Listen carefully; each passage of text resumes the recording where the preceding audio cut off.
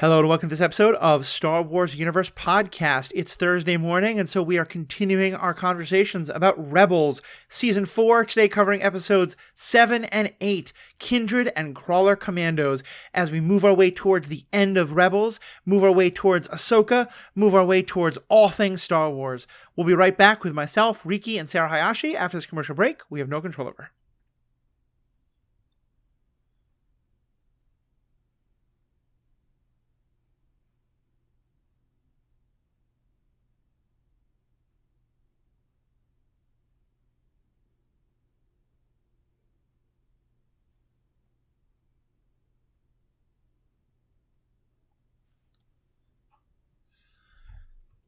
Welcome back. I'm joined for almost all things rebellious by at least one or both of the Hayashis, this time both Riki and Sarah, the family Hayashi. How are you doing tonight? Hello. We're doing well. How are you? Pretty well. Riki, are these once again your favorite episodes ever? No, they're not. Okay. But that's okay. That streak has been broken. Yeah, but I don't think we've had a dud since... I mean, we don't really have many duds in Rebels. Overall, the quality is much higher. Like, there are some of the highs in Clone Wars that I'm not sure we ever quite get to in Rebels, but there's not many dud episodes, and certainly not this season. No, by no means are these duds. And I think they do some very important things that we're going to talk about, but it's hard to sustain the kind of success that this show has had for such a long time. So... Some small valleys to get back to the high peaks is okay by me. Yeah, I think it's a good way to see it. I think if I was watching this week by week, these are weeks when I would have been left wanting a little more because they didn't really have much of the punch that some episodes do, but we're definitely going in good directions. And when we're watching them 2 at a time, or even better, 8 at a time, as Rebels I think should be watched, yeah, these are just going to be fine chapters. Let's start with episode 7, Kindred. Sarah, do you want to tell us what happens in episode 66 overall, episode 7 of season 4, Kindred? Yeah. So Ezra, Jai Kel, and Zeb move to secure the TIE Defender's hyperdrive before Imperial recovery teams can find it. But Thrawn's already dispatched an additional helper for the search, Rukh, an assassin and an unerringly accurate tracker. As Zeb takes the hyperdrive to safety, Ezra and Jai end up being chased by Rukh. They elude him with much difficulty, but a tracking beacon Rukh is attached to their speeders leads Governor Price to the Ghost Crew's hideout. While Hera and Chopper evacuate... Nope. Okay, one more time. Third time's the charm. While Hera and Chopper evacuate to Yavin with a stolen flight recorder, the rest of the rebels face the incoming Imperials to cover their retreat. Just before the two groups clash, the White Lothwolf reappears and leads them to a hidden tunnel complex imbued with the Force. Walking mysterious paths, the rebels inexplicably find themselves in a hidden settlement halfway across the planet, which was visited in ancient times by the Jedi, who erected a secret temple on Lothal. And they discover that the Lothwolf is a messenger of the Force, here to tell them of a more sinister goal pursued by the Empire. Yeah. So... interesting episode, and let's start with the appearance of a new character, because, am I correct? I know that Riki has read the Timothy Zahn original books about Admiral Thrawn, heir to the Empire. Sarah, am I correct? You have not. I have not, that's correct. Okay, so I'm asking this because Rukh is a character who originally appears in those books, so I think in a somewhat different form. And so I want to hear from both of you. But Sarah, let me start with you as someone who had never experienced this character in the book. What do you think of this character? He's a strange fellow. It was when he was introduced, there was a part of me that wasn't even sure if he was like an animal or a like sentient being, which I think was interesting. And he's got this very like tracker dog kind of sensibility about him. Yep. He speaks very few words, but seems to be friendly with, having worked before with Thrawn. Thrawn seems to hold him in high esteem, but yeah, it does seem to be using him as sort of a blunt instrument, I guess. Mm-hmm. Yeah, we a couple of times see him as he's trying to move quickly, he moves on all fours instead of just on 2 legs. I think that's where a lot of the kind of animalistic thing. But also, yeah, he's sniffing everything all the time. Yeah. I was gonna say, like, I recall him, like, when he shows up to Governor Price, he, like, kind of smells her in a way that, like, a dog might come up and sniff you, or, like, yeah, some sort of hunter animal. Yep. Riki, what about yourself? Well, are we going to talk about this backstory then? Yeah, of course. So in the novels, I mean, I don't think in this series they ever say the race's name, but he's a part of a race called the Nogari, who are kind of enslaved / indebted to the Empire. Like a starship crashes on their planet, and the Empire shows up and says, "Hey, like there's some radioactive contamination from this ship. We will supply you with the machines to help clean this up, but in return," and this, I think the Vader personally negotiates this, says, "In return, you have to work for us as basically like spies and assassins because they seem skilled in these arts." Wait, hold on. So It's like, we have crashed a ship on your planet and we'll clean it up for you, but also you owe us? Yes. No, it's the idea is that some great space battle happened. Oh, okay. And at first we all think it must have been a battle between the Republic, between the rebellion and the Empire. Oh, yeah. But eventually it's learned that this crash happened long, long ago, probably during the Clone Wars. Okay.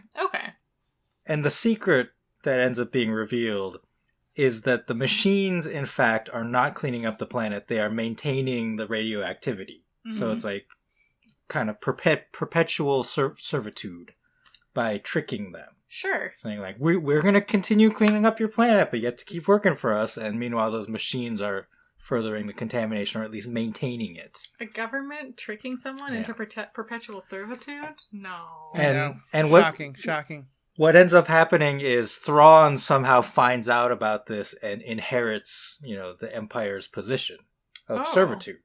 Because Vader was the initial contact, and obviously he dies at Endor. Spoiler. And then at some point, Thrawn shows up and is like, "Okay, yeah, keep working for us, and especially you personally, be my assassin." Okay. To Rook. So Rook. Yeah, the way that he pronounced it is pretty good. But yeah. And I would say that, not to revive the age-old debate, which I'm sure will continue for months and years ahead, but among the people who discuss back and forth whether Thrawn is a villain or an anti-hero or a misunderstood, whatever he is, the fact that at least in those original novels, he so callously re-enslaves the Nogri, I think is often used as a this is not, he may have a noble goal, but he is not using noble means by any means. Yeah. And I believe it's Leia who ends up making contact with them and freeing them because they via smell, like they have the heightened smell, and via smell they recognize her as daughter of Vader. Yeah. And so feel like a personal debt to her. Even though they find out that the Empire betrayed them, they still hold Vader in high esteem. Interesting. So they don't think Vader betrayed them, just like the Empire? Or whatever, like there's actually a wonderful, and not to go too deep into those books, but there's a wonderful description of her attempting to find the diplomatic strategy where she has to be very careful to not actually say that that Vader lied, but that Vader was mistaken. And kind of, and it's a very interesting, her whole thing about do I lie about the fact to lead them to the truth? And I mean, it's a wonderful book, and I think gives a great picture of Leia. And I think that part of the idea is that they're incredibly good in the shadows. In the books, they're portrayed much more as feline. I mean, I think they're basically supposed to be kind of in the way that humanity is derived, from apes. I think in this world we often see other humanoids that are derived from other kinds of animals. In the book, I think it's supposed to be they're kind of feline, and this they're more canine. And it's less, but one of the points in the books is that they're always hiding in the shadows and surprising people and freaking out Captain Pelion. And I remember being a little disappointed by this one the first time I saw it, but then the more I thought about it, thinking, I don't know how well you could really animate the feline nature as they're portrayed in the books, let alone the whole hiding aspect doesn't really work out here in broad daylight. So, you know what? This one works. Yeah. And they're definitely hunters. They're definitely assassins. They definitely enjoy toying with their prey sometimes. And I think in all those regard, they are much more animalistic than the humans of the Empire are comfortable with. And so I feel like they captured all that really well. Yeah, the Nogri in the books really remind me of like Batman, the way, he just shows up and Commissioner Gordon's just like, how long have you been standing there? And Exactly. Rook definitely has that ability. I don't know if do they ever describe it as like force adjacent or anything, that they can somehow cloud people's minds? Am I misremembering that? No, I think it's just that they move entirely silently and that they're very good at hiding and they're very good at moving in the shadows. Right. Which I have had cats sneak up on me completely out of nowhere and be like, where in the world did this animal come from? So Yeah, I feel that. But yeah, it's a shame to me that, at least in this series, they never really bring up any backstory. They're just like, this is Rook. He's an assassin that works for Thrawn. Yeah. And that's it. Yeah. Yeah, I'll be curious. I don't know if you can make them work live action, and there's so much else going on in Ahsoka that I'm not sure I want to bring in this yet again. But it would be nice if that gets portrayed on screen at some point, especially since Heir to the Empire apparently is a movie that's going to be made. Ooh. Especially because, and I don't want to give away any spoilers here, but if you've read the book, you know that the path of the Nagri and Thrawn's path have a number of interactions still to go that we've not yet seen in Rebels. And we may never see, but it'd be interesting to see where that all goes. So, all right, what about this episode? What do you all think of this episode overall? I enjoyed it. I mean, it is a little, like, I don't know, I get plot thin, trip heavy. But yeah, I really liked the Loth Wolves. I really enjoyed the creepy walk through the tunnel, wake up in a wheat field looking at a Loth cat, because like it's always a wheat field for some reason. And I really, really loved the method of like, we're on the other side of the planet. How did this happen? Oh, magic. And like nobody feels the need to explain it any more than that, which is great. Well, the writers give us a beautiful wink in this episode when Ryder Azadi is like, we're following the Loth Wolves, and I believe Zeb is the one who said, no, this is good. When things get weird, it's good. It's a good thing, or something along those lines. And it's very much like winking to the audience that, hey, we get it. This is weird. It shouldn't really work, but suspend your disbelief and have some fun. Yeah, I think it's very true. And it does allow Ryder Azadi at one point to have a wonderful line where they're doing yet some other weird follow the wolves thing. And he says, how have you people stayed alive so long? Which I thought was kind of a nice like nod and a wink to like, yeah, it's awesome that they do this, but it is pretty weird. Yeah. And the whole concept of plot armor. Yeah. Yeah. Yeah, I think I feel about this season, I think, more than any of the others, like, there's always been kind of an overall story to the season, but I think a lot of the episodes have felt fairly episodic. Not in a bad way, but just in kind of that day in the life phrase that I like so much. I think it's kind of like the last seasons of Buffy, where we're pretty much done with any episodes that are just episodic. Everything really is, the characters start in one place and end in another that's part of their journey. And I kind of feel like, judging this as because of that, judging this as an individual episode doesn't make as much sense, because it's kind of like, okay, yeah, I really enjoy this book, and the book had 32 chapters, and chapter 27 wasn't very memorable, but it kind of was a big part of building to the end. So yeah, it's a good episode. It builds where it needs to go. Yeah, right. Like chapters 26 and 28 wouldn't have made much sense on their own. So I'm glad we have chapter 27. But yeah, it's not something I'm going to super write home about. I mean, I think the cave was neat, where they went and looked at kind of the sort of cave paintings of old Force users. I like that there was a Yoda up there as a nice little Easter egg. And yeah, just really, really enjoyed the, like, these wolves are some sort of Force magic users, and like as like where there's the whole like, aren't all things part of the Force, and Kanan explains like, no, this is something different. And like, yeah, we didn't get any talk about their midichlorian count or any sort of scientific reasoning behind this, right? And like, there's nothing wrong with that per se, but I also like that we can have like a spiritual reasoning, right? Kind of acknowledging the more like religion aspect of Jedi. I think so. I think it's especially powerful because we've had a lot more of the rebellion, you know, and the politics of the rebellion, how it's all coming together, and the lay people who are really involved. And so having a little bit more now of the mysticism of the, like, this isn't just about a battle for one particular planet and a factory that's making one particular kind of starfighter. It's this mythical battle of, you know, the primordial forces that I think is really powerful and kind of helps set up, especially because that's kind of been Ezra's thing. You know, Ezra has for some time shown,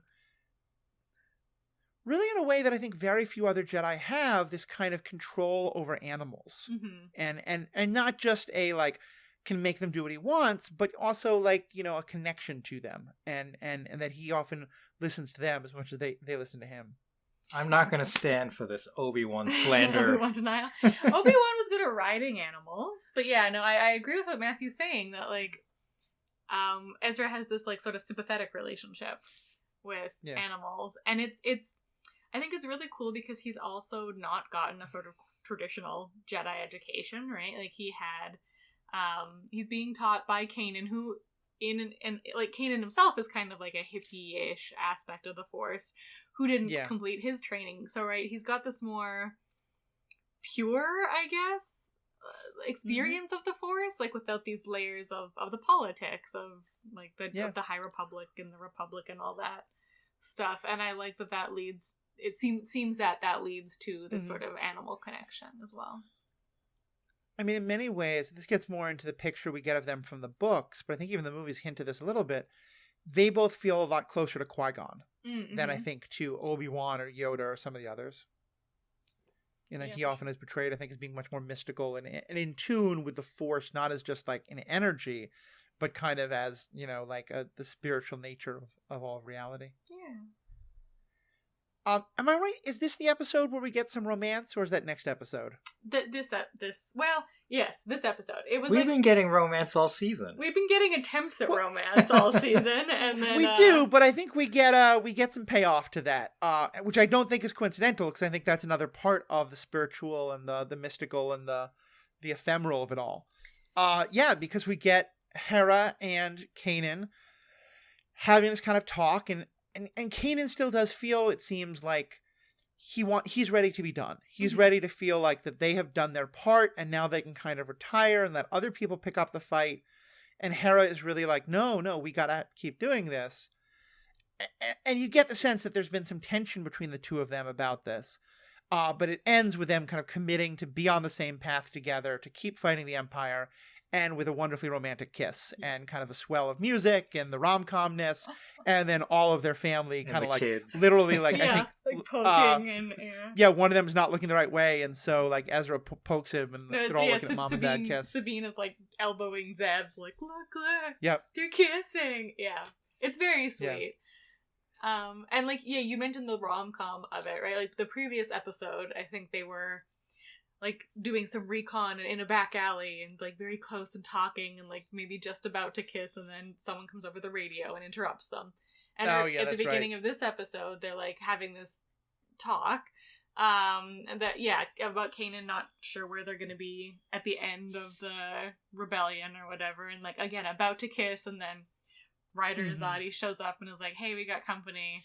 So all these like missed moments finally like accumulating with them. Smooching. It was very, very sweet, very romantic. I like it. That scene at the beginning of this episode where Kanan is meditating and Hera comes to talk to him. I think that is one of the key conversations for understanding the season and maybe even the show. In that Kanan talks about Lothal, like somehow it's always Lothal, like we keep coming back. And Hera tries to deflect, say, oh, well, this is where Ezra's from, so obviously, like, we had to come back and help him. He's like, no, like, even before Ezra, like, Lothal has been their home for this crew.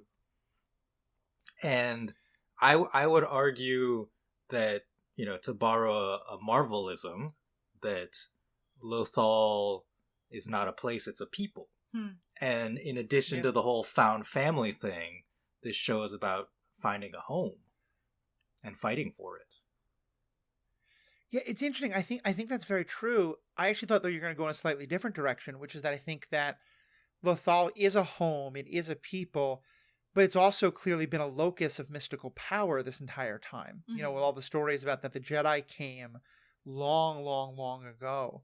And so, yeah, it feels like, to me, it contributes both to the found familyness of it, to the romance of it, to the, this is our people, this is where we're making our fight, but also the kind of like, it's not coincidence that like the Loth Wolves are here and the temple is here. Yeah. Like this has been a source of mystical force power for however many millennia.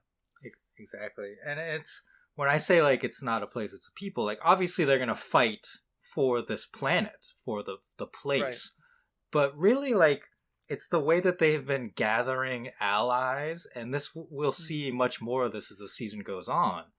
But they are adding people to this crew, to the Spectre crew, right? Right. They don't get Spectre numbers, but like Ryder Azadi has definitely become a part of this family this season. Yep. Don't they give Jai a number? I thought they referred to... I don't think so. No, right. He doesn't get a number, and I just, like, that's rough, buddy. You know? Like, he deserves a number. Yeah, or at least, like, you need a code name for, like, the alternate who's on our team at the moment, but yeah.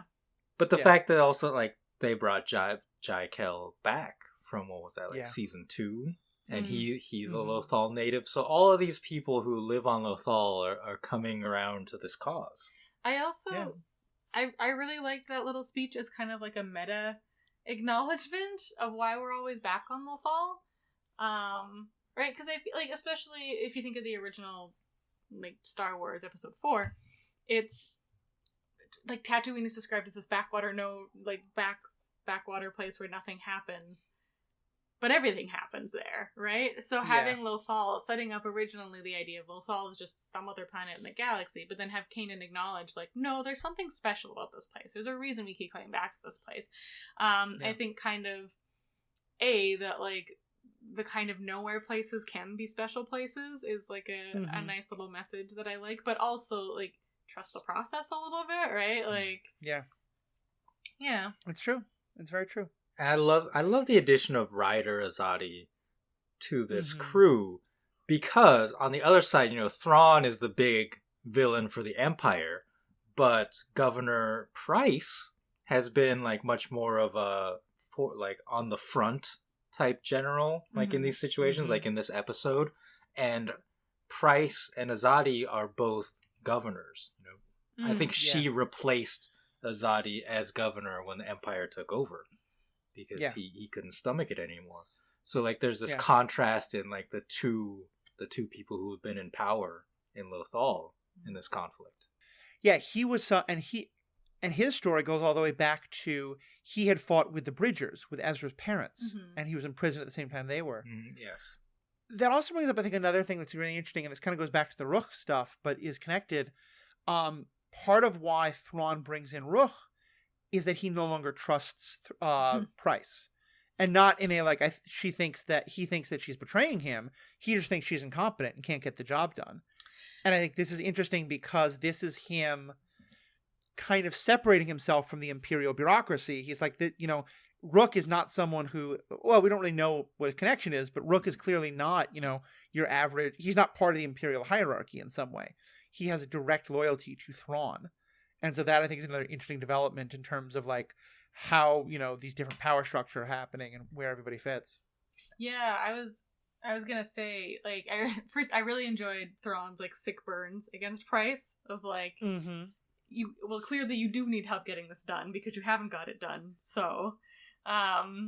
but you mentioned that, like, he'd lost confidence in her, or, like, lost, like, he had not suspicions of her. I forget exactly your wording, Matthew. Right. But... Lost confidence in her, yeah. Lost confidence, yeah. But it feels like he didn't, I don't know, Thrawn's, like, so practical, he didn't really need, like, he never needed to show confidence in Price to begin with. Price was kind of just a tool, right? And, like, if she's not working, then you just replace the tool. He doesn't care about her feelings. He doesn't care about, like, her rank in the Empire. He cares about getting the job done. And it's interesting because I don't think that's really played off here, But in the later books, that's actually built in quite a lot, is that Thrawn is incredibly competent in a lot of ways, but very politically inept. Mm-hmm. And so, like, I think part of the idea would be that, like, not only is he not, like, because some might see that, like, oh, you're bringing in Rook as a way to kind of signal to Price that she's not doing well enough, and that therefore she should, to motivate her to do better.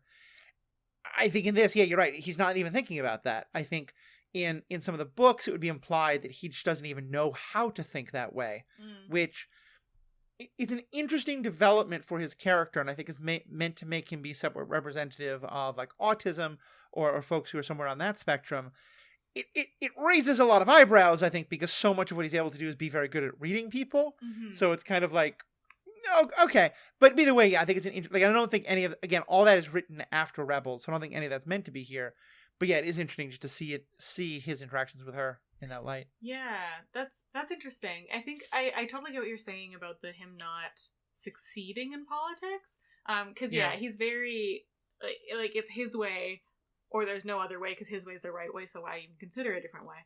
And like doesn't seem to really care about, I don't know, political power in that way. He cares about like being efficient and getting his end goal accomplished.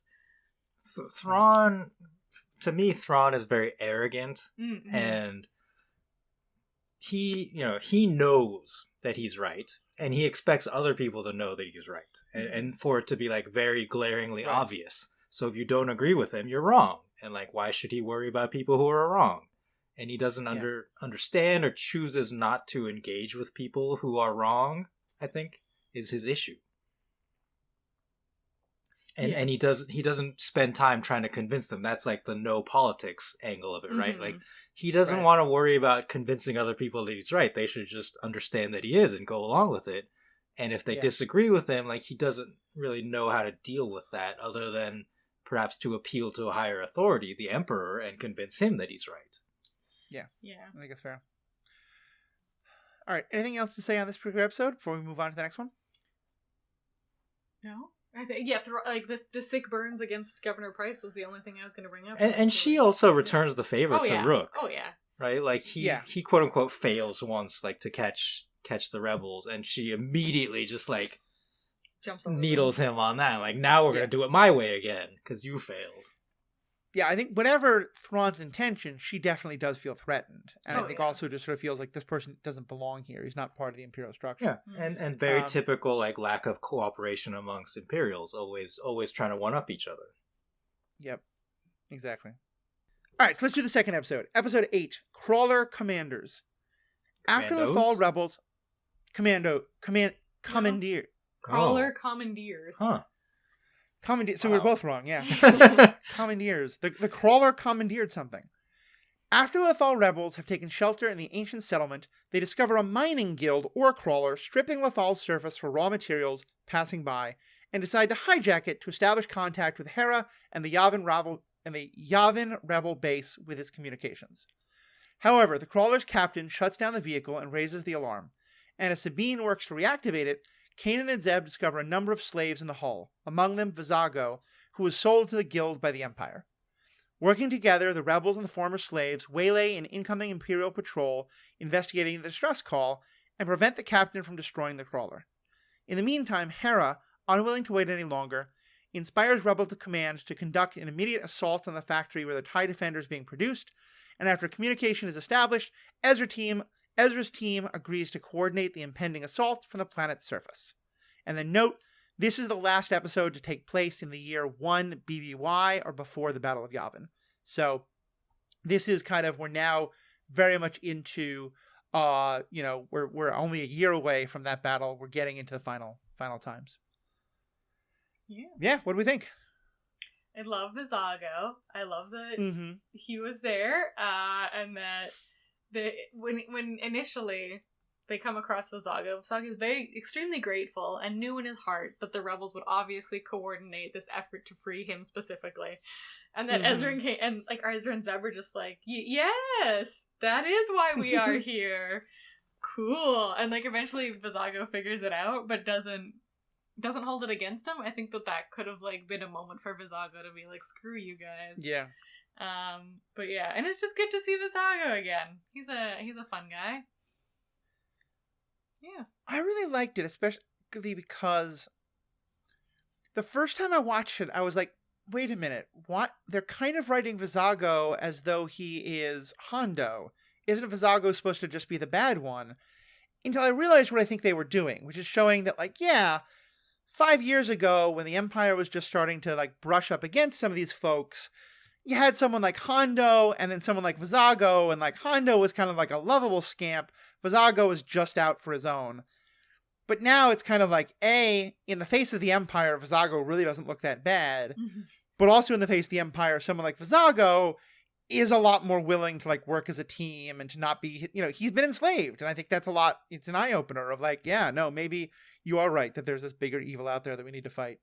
Yeah, I was gonna say, I think the whole, like, being bought and sold maybe changed his perspective a little bit. But even then, like, even when we last saw Vizago, he was, I mean, willing to stick his neck out for the rebels. And, like, I think this is, like, they say that him doing that is what got him ultimately captured by the Empire.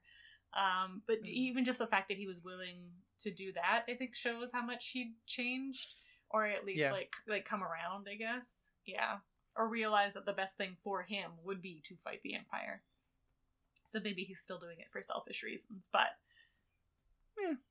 I don't think it's for selfish reasons. Yeah. I think this, like, being enslaved and also being put to work on this crawler that is devastating Lothal.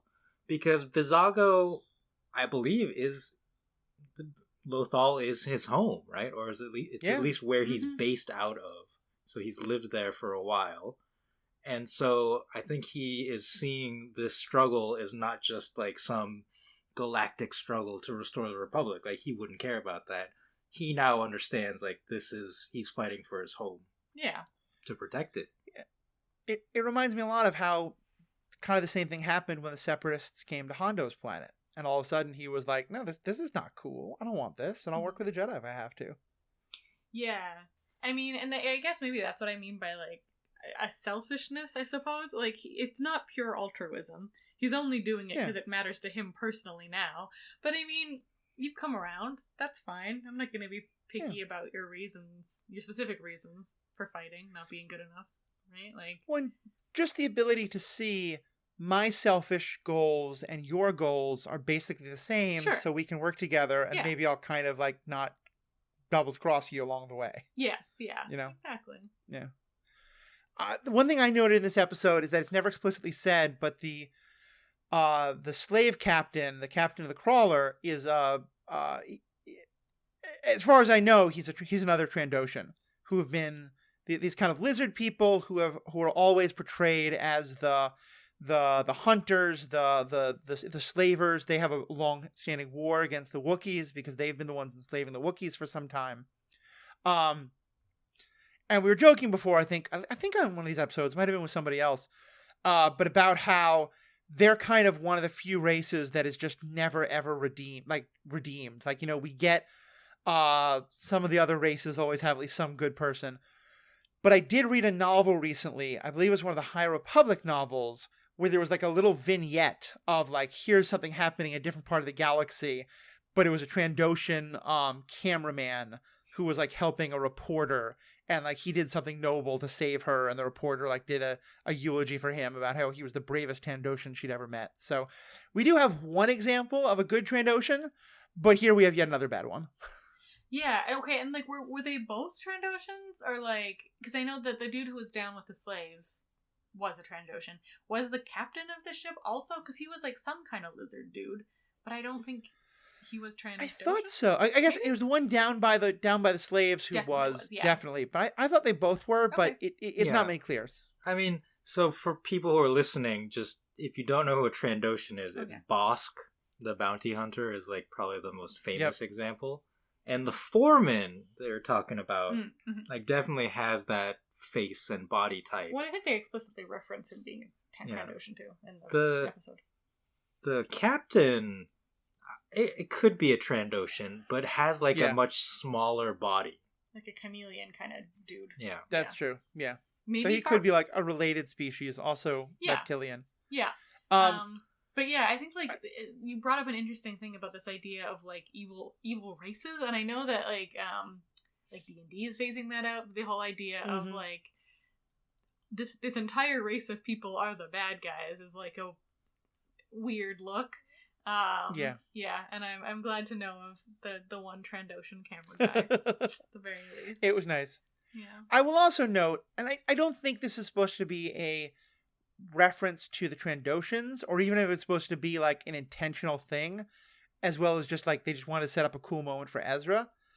But we have seen a number of times where Ezra is in a fight with a bad guy and like wins the fight, and now the bad person is about to fall off a ledge or fall to their doom, and Ezra will stop them using the Force and be like, okay, well, you know, you're arrested or you're my prisoner, but I'm not going to let you die. Whereas here, there's basically like an open furnace. Again, there's no OSHA regulations anywhere in Star Wars. And the Trandoshan, like, is fighting with Ezra, and then, like, because of where Ezra's lightsaber is, loses his balance and falls backwards into this furnace with a kind of, like, you know, very clearly like, oh no, this terrible person just had a terrible, terrible death happen to them. And Ezra doesn't push him, Ezra doesn't make it happen, but Ezra makes absolutely no move whatsoever to stop it, and looks pretty damn happy. I mean, I think he says something like, you know, I won't be seeing you. I forget the exact line, but it's something of like, you know, what the cool Han Solo type guy would say over a dead body, not what the Jedi would say over a dead body. And I just thought that was kind of interesting. Like, I don't know if that's supposed to show that Ezra is still in a kind of like morally gray place, or if that's supposed to show that they made the audience hate this guy because he was a slaver, and so they wanted us to have a moment and kind of forgot what it would say about Ezra's character. But yeah, I just thought it was very noteworthy. Yeah, and just, in my opinion, like, you know, we're talking about this whole thing of evil races, and dealing with a villain in this way, again, like, I don't think you would see a human villain, like, dispatched in this way by Ezra, or for him to react in that way. I don't know. Yeah. I mean, I think, like Matthew mentioned, it has more to do with their position as, like, slave master, right? Which is not a very sympathetic role. That it's kind of like, well, you're clearly a jerk, therefore fall into the fire with you. Yeah, I mean, I'm trying to think of other, like, Hux, certainly his death is like he gets blown halfway across the room, and we the audience are supposed to laugh and enjoy that. He's human, and for all intents and purposes are schmatzy, so like I think that's very clear that one's supposed to be enjoyed. I think most of the other deaths like that are droids, and yeah, I think we've talked about how it's a little weird that those are played for comedy. I'm trying to think, like, who else? Stormtroopers too, but also they're like so dehumanized with their monolithic armor, right? Yeah. Yep. Phasma has, I think, a very kind of like, again, it's not quite Finn. Finn defeats her, but then she falls to her death. But Finn makes absolutely no move to try and save her and looks kind of pretty self-satisfied when she dies. Yeah. Oh, you think Phasma's dead, do you? All this she is did like was fall and get cut in half. Yeah, and 20 years from now, Book of Boba Phasma gonna come out. Somehow she survives. I mean, I don't think predicting Gwendolyn Christie was used to her full acting potential. Yeah. Nor was the character. Nor was the nor was the rivalry between her and Finn. So I have no problem bringing her back. Yeah. I mean, if Maul can do it, why not? But yeah, I think you make an important distinction between like Ezra not taking action and just letting something happen versus like taking direct action. Like if he had pushed the guy over, then I think it'd be maybe a little more suspect. But I don't know. I don't think that this speaks back to him going back to the days of like mind controlling people to walk off cliffs, right? Like I think he's still come beyond that. Yeah, I think so. I think I think I don't really have much else to say about this episode. I feel like the point of this episode was to get our heroes from Lothal to Yavin, and to also show us that Hera has convinced people that now we're all in Yavin and we're all going to go back to Lothal because we're going to marshal for the big attack, and that this is going to be kind of the next big attack by the by our heroes. And I think it does a good job of that. Like, I now know where we are and I'm ready for the next episode, but yeah, there isn't too much more to comment on. Yeah. I mean, I think, okay, the captain might have been voiced by Mark Hamill, maybe. I didn't look that up at all, but it sounded like him. I don't know if we want to fact check that little tidbit quickly or talk about Mark Hamill and Star Wars. But other than that, yeah, I don't really have. Well, if we're going to talk about voice actors, I think it's worth mentioning. Vizago's voice actor is Keith Zarabajka. He's looking at notes. He wrote notes down. Well, I wanted to acknowledge this because I'm often the person who's like, hey, this voice actor. Yeah. So yeah, Keith Zarabajka has been doing a stand-up job with this Vizago character. There you go. Yeah, he's a very fun character. He's a very recognizable character. I definitely enjoy him. Yeah, so I think it's about all we can say. Once again, I'm glad we got to talk about these episodes. Not everyone has to go super long. We will chat a little bit more in our Patreon section in just a moment. But for now, Riki and Sarah, where can people find you? Hey, you can find me on Twitch and Twitter at Wikipedia Go, RIKIPEDIAGO. And I stream Pokemon Go PvP battles. Talk about Pokemon. Gotta catch them all. And Women? All Pokemon. Pokemon kind. You can find me on Instagram. Sarah Hayashi Art is my handle. I think there's dots between all those words. But yeah. Yep. We still have a couple of Sarah Hayashi mugs that we got for Christmas a couple of years ago that are quite good. I definitely advise people to check a look at those. And for those who don't know, I am the Ethical Panda. You can find me at theethicalpanda.com. You can also find me on most of the social medias. Right now, as far as I can tell, the rats are abandoning the sinking ship of Twitter, but there are lots and lots of different ships that they're going to, and there are lots and lots of reports that this will finally be what does in Twitter. We're hearing for the 5th time. So instead of trying to create an account and all these different things, I'm going to kind of wait a little longer. I would love to get off Twitter, see where kind of most people are going. If you've got directions you want me to go, please let me know. But I will kind of keep following that. But of course, for now, you can still keep following me on Twitter, on Facebook, on TikTok. Definitely check out TikTok. We're putting out a lot of new content there. I'm now starting to I should say I'm starting to stream. I streamed once 2 weeks ago and haven't done it since because I've been traveling a lot. But I am going to try and get back into a regular habit of streaming, also under the Ethical Panda. But most importantly, send us feedback. Let us know what you think. We also have a Patreon. It's the best way to support us and what we're doing with these projects. It's a lot of work. It's a lot of money. We'd love any kind of help and support you can give us, especially as we're getting ready to go into the Ahsoka episodes. So stick around for the Patreon section. But until then, on behalf of myself, Sarah, and Riki, thank you all so much. We have spoken. All right, welcome back, patrons. So I don't know if it's going to actually be in the final episode, but we were talking at the end of the end of that episode just then about whether or not it was Mark Hamill who was the voice of the captain. It was in fact Seth Green, although Mark Hamill certainly does appear as a number of parts beyond just Luke Skywalker at various things. Many of you probably actually know him as the Joker, much more than you know him as Luke Skywalker, which baffles me, but that makes sense. But for Riki and Sarah, but especially Riki for you, acknowledging voice actors, I know is something that's been really important to you and something that I really hadn't given much thought to until you really kind of pushed me to think more about it. Where does that kind of interest come from for you, or kind of just give you a chance to kind of talk more about that, about what it is about voice actors that really kind of interests you and was something you wanted to pay more attention to? Well, I mean, for me, it's because they are actors. Like, just take away the voice part.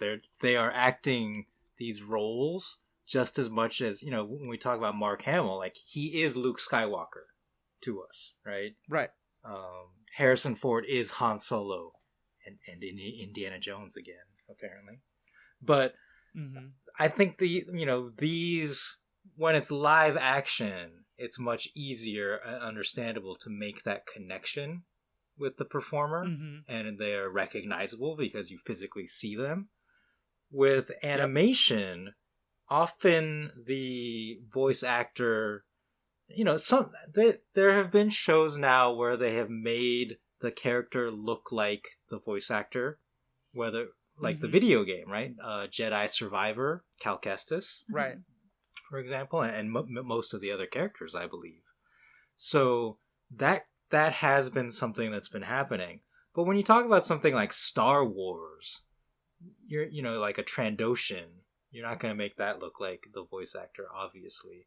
So I think it's very important to acknowledge the people who are bringing these characters we love to life. And I also just it's fun because when you start to recognize some of the voices, like Mark Hamill, as the Joker, and he's in a lot of other DC stuff as similar characters. Like he's played the Trickster. Actually, he played the Trickster in live action too on the Flash TV show. But even Clancy Brown, who plays Ryder Azadi on Star Wars Rebels in the DC animated universe, he plays Lex Luthor. And so that, he is another person who's right up there with Mark Hamill as one of the most recognizable voices. And if you watch a lot of cartoons, you just start to pick up on it. You're like, oh wait, that's Mark Hamill as, I believe, Taskmaster maybe in some of the Avengers cartoons and stuff like that. He skips in a regular show. Yeah. So it's for me, it's really fun to hear voices you recognize and know who they are. And that has led me to look at, when we cover Rebels, to look at the cast more often and then see oh, hey, that's a name I recognize. Or even if it's not, to then understand who that is and see maybe if they show up in something else. I think it's interesting. Go ahead. I also think it's interesting, and I think this was a Disney phenomena, but the idea of non-voice actors taking on voice acting roles and having it be sort of I guess a statement piece or a draw. I'm specifically thinking of, I think it's Mel Gibson who plays John Smith in Pocahontas. This is the 90s. So I don't know, before all the Mel Gibson-y stuff really happened. But that was a big draw, was that oh, it's a real quote-unquote actor voicing this character.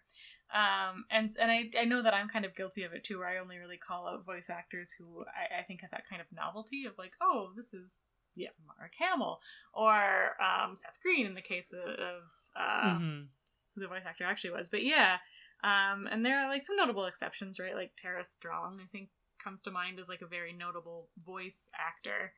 But I mean, you don't get to see their face, so it's harder to have that recognition, maybe, or at least in my mind. Yeah. Well, I think it also it helps.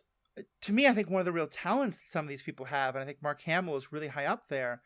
It just broke my brain when I realized Mark Hamill was the voice of the Joker in Batman the Animated Series, because it is such a different character. And then when you really listen closely, you can hear some of the same vocal intonations, but it is so different. And I think it really allows, when you look at a person, you're just always going to see that person and often see the other roles they've played. When it is just their voice, it kind of allows in some ways for that actor to have so much more range, because you're not bringing any of that baggage in, especially if you don't know going in who's the actor. Yeah, there's an interesting video from a voice actor, ProZD on YouTube, who's talking about this idea of oh, I can recognize it's your voice, therefore you're a bad voice actor, being a wild statement, right? Because you recognize the voice of every other non-voice actor and their appearance movie to movie, and that doesn't take you out of it.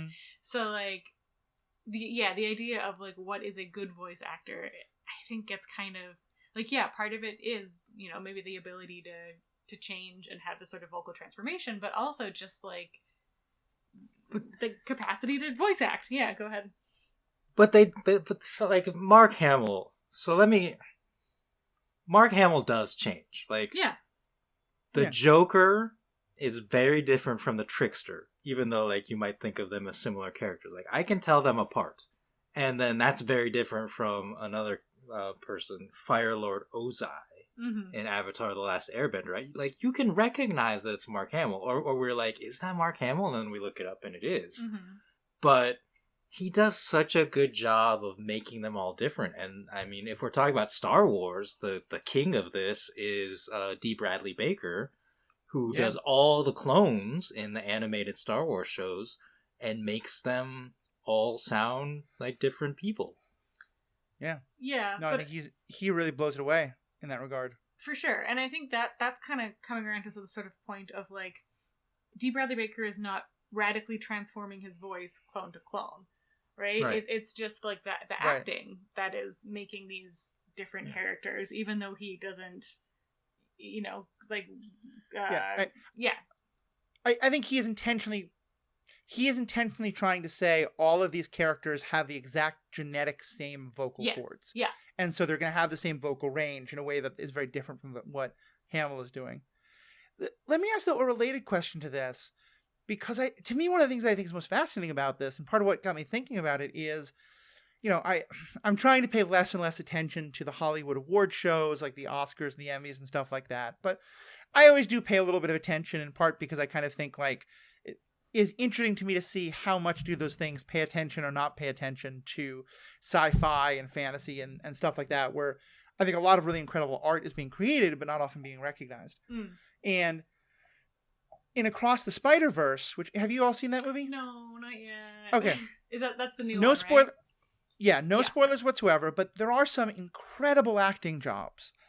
And people have been talking about, like, that movie should be nominated not just for best animated movie, but just best movie. It's that good.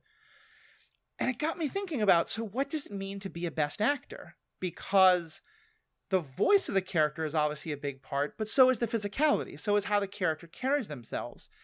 And so if you're thinking about a character that is just an amazing character, I feel like right now we give all the credit to the voice actor, and probably so that's very deserved. How much credit do you think for, like, the power that a character has on screen should also be going to the animators, as opposed to the voice actor specifically?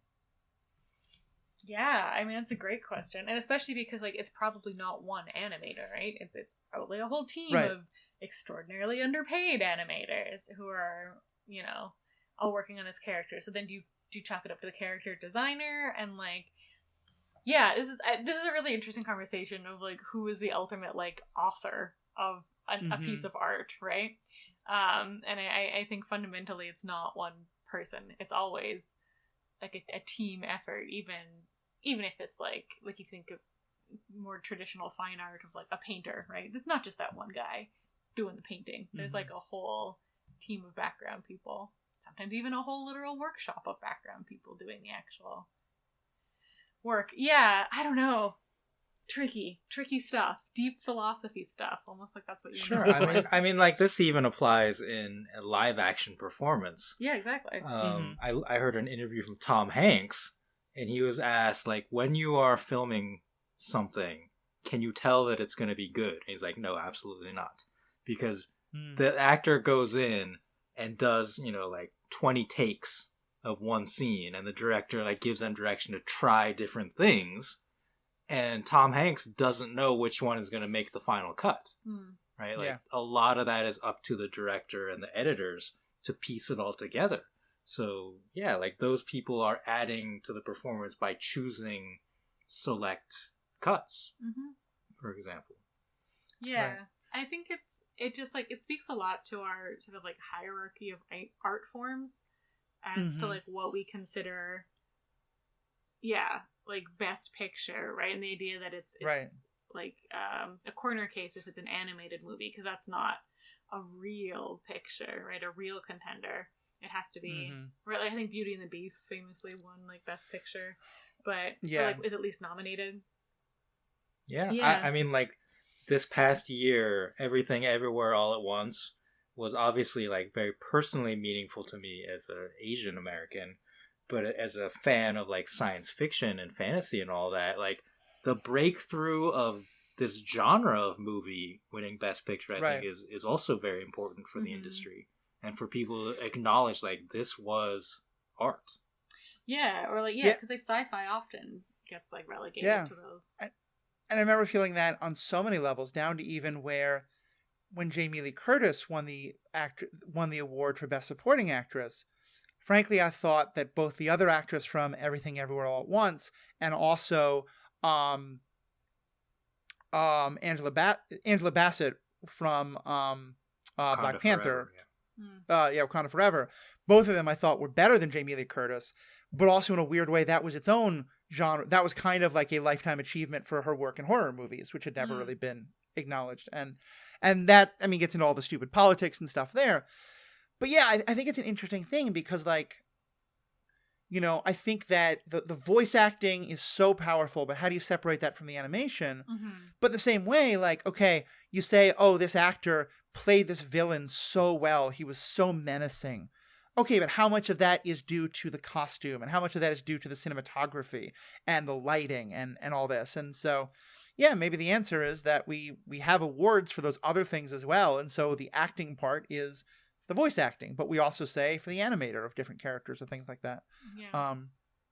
I mean, and maybe also kind of what you were saying, like it shows that all this is kind of silly and these arbitrary categories are arbitrary and we should just talk about the greats instead of trying to put them on a list of who's the best every year. But I like award shows. It's my guilty pleasure. I think that there's also like a case to be made for the segmenting as well, right? Because like I was talking to somebody recently about the idea of like best actor versus best actress, right? And like on like sporting events, higher testosterone isn't necessarily going to make you act any better. But they were saying like, yeah, if we didn't have best actress though, then like women would never win this category. So it's like, yeah, okay. Excuse me? No, if it was just like best in acting, it would always be dudes winning it. Right. Look at the best Meryl Streep award.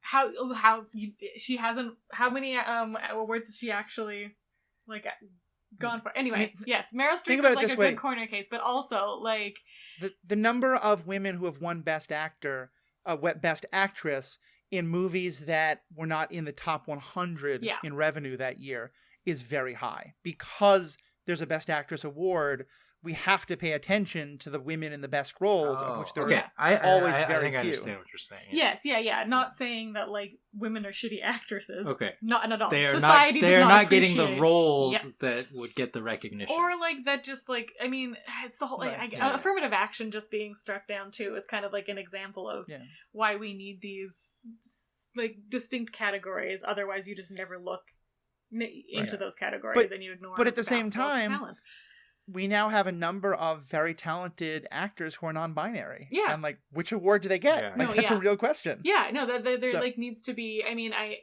it's we gotta change a very some nuanced topic, but I think like obliterating the whole thing and being like, well, it's just based on pure merit entirely is also like, we're not ready for that as a society. I think that's a good end goal, but we are not there yet.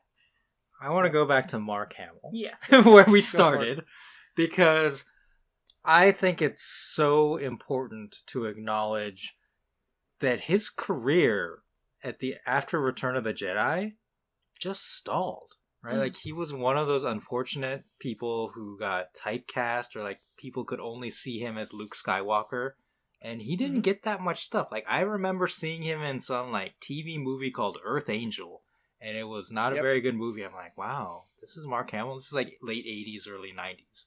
And so him getting into voice acting and like landing that role as the Joker, which I feel like really propelled his career in the field, was just like very important. And it's unfortunate that happened to him and he had to go through that. But I'm glad that it happened. Yeah, there's an interesting. Go ahead. Oh, I was just gonna say there's an interesting like anecdote on Batman the Animated Series. If you can get the like director's commentary, where they talk about Mark Hamill coming in and auditioning for the Joker, and it's well worth a listen. Yeah. I mean, Carrie Fisher mostly became a writer and a director, and Harrison Ford went on to have one heck of a career. But he's, for people who are sort of big stars in a particular genre, it's the Mark Hamills are much more common than the Harrison Fords. So, yeah. Yeah. Well, I mean, like Harrison Ford kind of continued. Well, not really. I guess I was gonna say like the action adventure, thinking of Indiana Jones, but also he did like The Fugitive and all that kind of stuff too. So, Blade like Runner, action, Blade Runner, sci-fi. Yeah. Anyway. Yeah. All right. So I think it's a good place to wrap up our Patreon section. Thank you guys so much as always to our patrons. You're what makes it happen. Thank you all so much. Metal. Yeah, I enjoy the Patreon section for the unhinged rants. That's great. That's what you pay the big bucks for.